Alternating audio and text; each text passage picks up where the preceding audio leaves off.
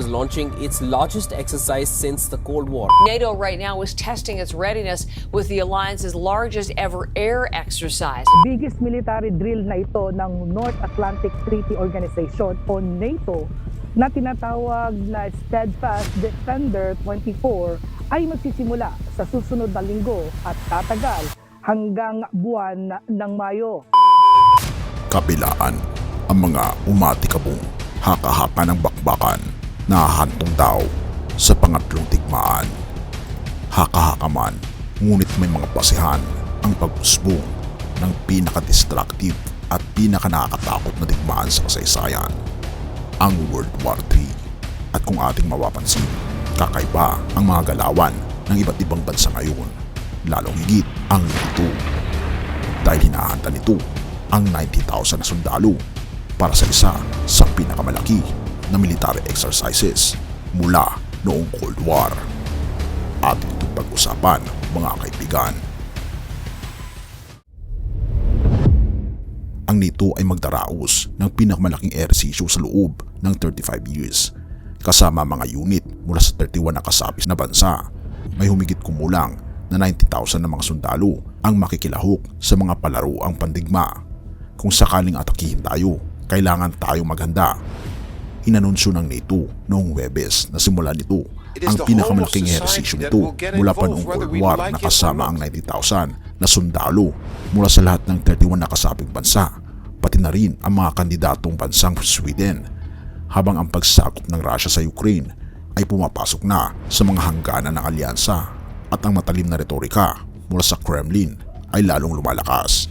Ang Steadfast Defender 24 na mga ehersisyo ay magpapakita na ang NATO ay kayang magsagawa at magpanatili ng masalimuot na multi-domain na operasyon sa loob ng maraming buwan sa libu-libong kilometro mula sa High North patungong Central at Eastern Europe at sa anumang kondisyon, ayon kay General Christopher Cavoli, ang Supreme Allied Commander ng Europe ng NATO sa ulat ng mga mamahayag. Ang military exercises na ito ay maglalabas ng 50 na sasakyang pandagat, 18 na aeroplano at higit sa 1,100 na sasakyang pandigma. Ayon naman sa AP, ang mga tropa ay mag-ooperate sa buong Europa hanggang sa katapusan ng Mayo. Sinabi ni Admiral Rob Bauer, ang chairman ng Military Committee ng NATO, na ang pagsisikap ay nangangailangan ng isang record ng bilang ng tropa na maaari nitong magkamit at magkaroon ng isang ehersisyo sa loob ng ganong kalaking sukat sa buong alyansa sa buong karagatan mula sa United States patungong Europe. Ika pa niya, kailangan nating maunawaan na hindi ito tiyak na tayo na sa kapayapaan, at kaya't mayroon tayong mga plano, kaya't naghahanda tayo para sa isang alitan. Dagdag pa ni Bauer, hindi natin hinahanap ang anumang alitan, ngunit kung sakaling atakihin tayo, kailangan nating maging handa. Ika pa niya. Idinagdag niya na bagaman ang lakas ng land forces ng Russia ay lubos nang nabawasan sa loob ng 2 taon ng buong pwersang pagsakop sa Ukraine, ang kanilang kakayahan sa naval at air forces ay nanatiling malaki.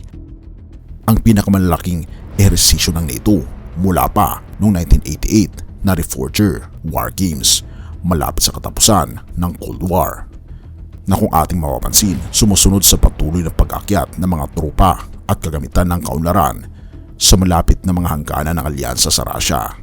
Inilipat na ng mga kaalyado ang libu-libong tropa sa lugar mula noong magsimula ang pagsakop ng malapit na bansa noong Pebrero 2022. Ang pangungusap ng pagsasaad ng Steadfast Defender 24 ay naging maliwanag noong unang bahagi ng linggo na ito, nang ang Ministry of Defense ng UK ay inanunsyo na 20,000 na mga sundalong taga Great Britain at isang carrier strike group ay nag-aalista para sa paparating ng mga ehersisyo ng NATO.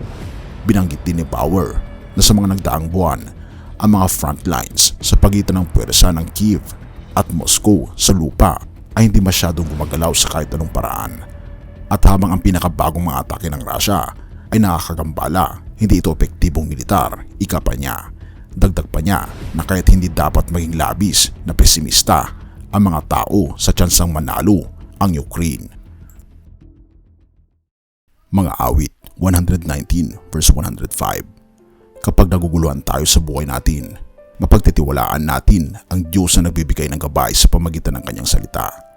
Kaibigan, magkaroon man ng kaguluhan sa ating buhay, ika nga sa awit 119 verse 105, ang salita mo'y ilawan sa aking mga paa at liwanag sa aking landas. Sa madilim nating mundo, kaibigan, kailangan natin ng ilaw. At ang ilaw na ito na nanggagaling lamang sa ating Panginoong Diyos ang magliliwanag sa ating madilim na landas.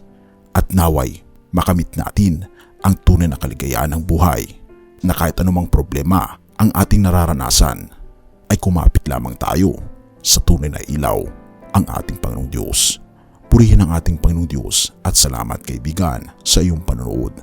Tayo manalangin. Ama naming banal, makapangyarihan naming Diyos, kami po'y lubos na nagpapasalamat sa inyo sa ilaw na dala ng aming Panginoong Diyos na nagbibigay sa amin ng pag-asa at kaliwanagan ng aming pong hinaharap na hindi po ay mangangamba sa anumang balakid ng buhay o anumang giyera na magbibigay ng takot sa aming mga puso.